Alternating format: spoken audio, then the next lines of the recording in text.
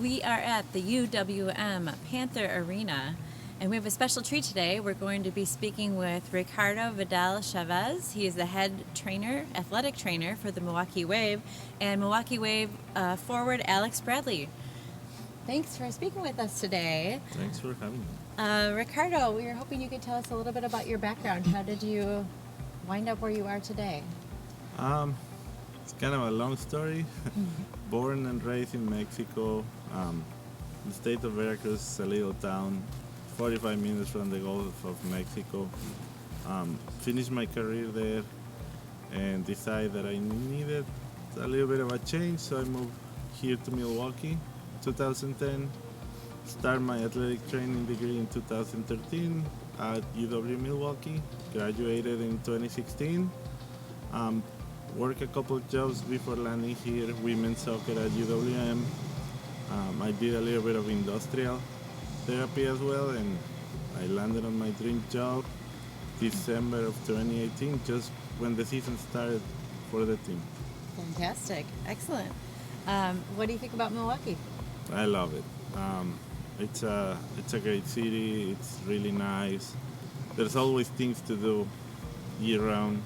Spring, summer, fall, winter. The festivals, the diversity is amazing.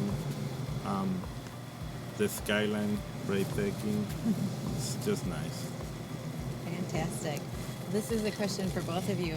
How great is it that you guys work for the current champions of the Major Arena Soccer League?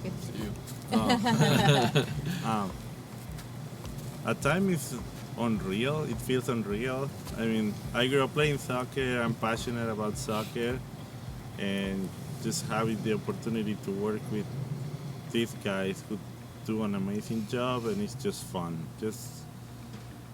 But at the same time, it makes you nervous about the expectations are way up high, but it's amazing.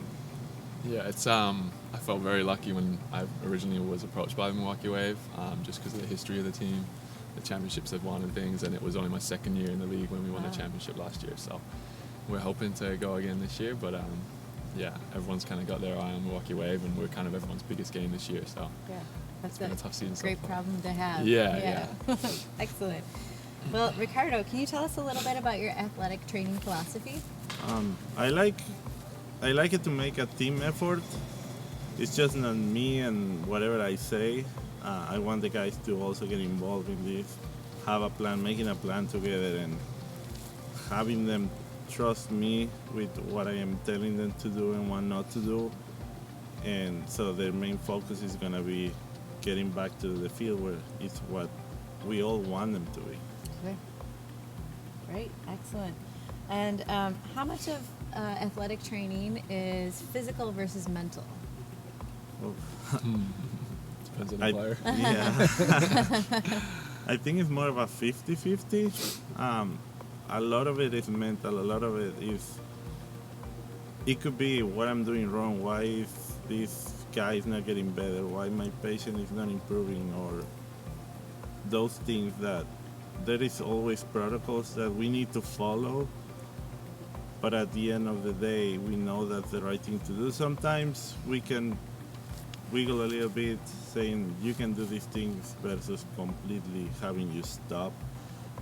It's about always trusting in myself or my athletic training staff and having them feel that trust so they can focus in the real work.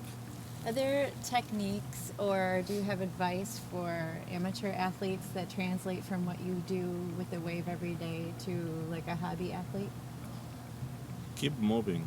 That's very important. A lot of the times we hear that because we're hurting, we shouldn't be doing anything. But it's not the case. It could be just an ankle. You can do push-ups, you can do sit-ups, you can do something else. It's very important that your body keeps moving just to stay in shape, just to stay fit, per se. A good old friend of mine used to say, motion is lotion. It makes sense. It keeps you smooth. So I think that's very important for any people out there. Or quite the opposite. Sometimes they are hurting and they are still trying to be out there performing, and that might be not the smartest idea either. Pushing it too much. Yep. Yeah. So how do you, that's a good segue to my next question, which is how do you help prevent injuries, and what are some of the techniques that you use to help players get back on the field and feeling good again after an injury? In terms of prevention, I always tell them, let me know right away where something is not right, where something feels funny. Because instead of you pushing through it to making it worse, maybe we can figure out what it is. The way you walk, the way you run, the way you kick the ball in case of these guys. That's always important, the communication. That's probably the key for prevention. And your other question was? How do you get players back up to speed quickly and back to their regiment, their regular selves again after injury? Well, part of it was, as I say before, keep them active. Again, as an example, one of the guys was having troubles with his hip. We have him in the bike, avoiding contact, pounding, running on the hard ground.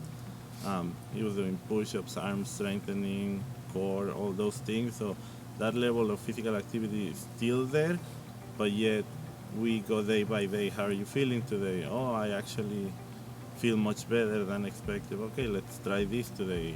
Does it hurt? No. Okay, let's keep doing the same thing. And if they say, yeah, that still hurts, okay, we take a step back. So it's basically the day by day. There's protocols, there's time frames, but it changes per person. It's not always the same. Great. As a player, do you have any strategies that you use to try to mitigate injury or risk of? One thing I've noticed over the years is, like you said, the motion is lotion type thing, stretching. Just even if you're having a day where you're not doing anything, get on the floor and do like a 2, 3, 4 minute stretch routine, and you'll be amazed if you do that every single day how much better you feel. So even if you're not active, just do it. Well, kind of for both of you guys, since we're new into year 2020, do you have any predictions for the team going into this year? No, they did the whole first time. This guy's got his hands full right now with the rest of his athletic training staff. We got a pretty busy room over there with some injuries, but we got the weekend off this week, so we'll just have the healthy guys training, hopefully get a few more guys back on the field, and then in 2 weeks we have a run of home games, probably 3 or 4 of the next games are at home, so hopefully put a little run together. And I think as the Milwaukee Wave approach the end of the season, we'll just be getting stronger and stronger and better, and eventually be competing for a championship again. Great, and we hope that everyone who's watching turns out for those games. Go Wave. Go Thank you Wave. both so much. Thank you.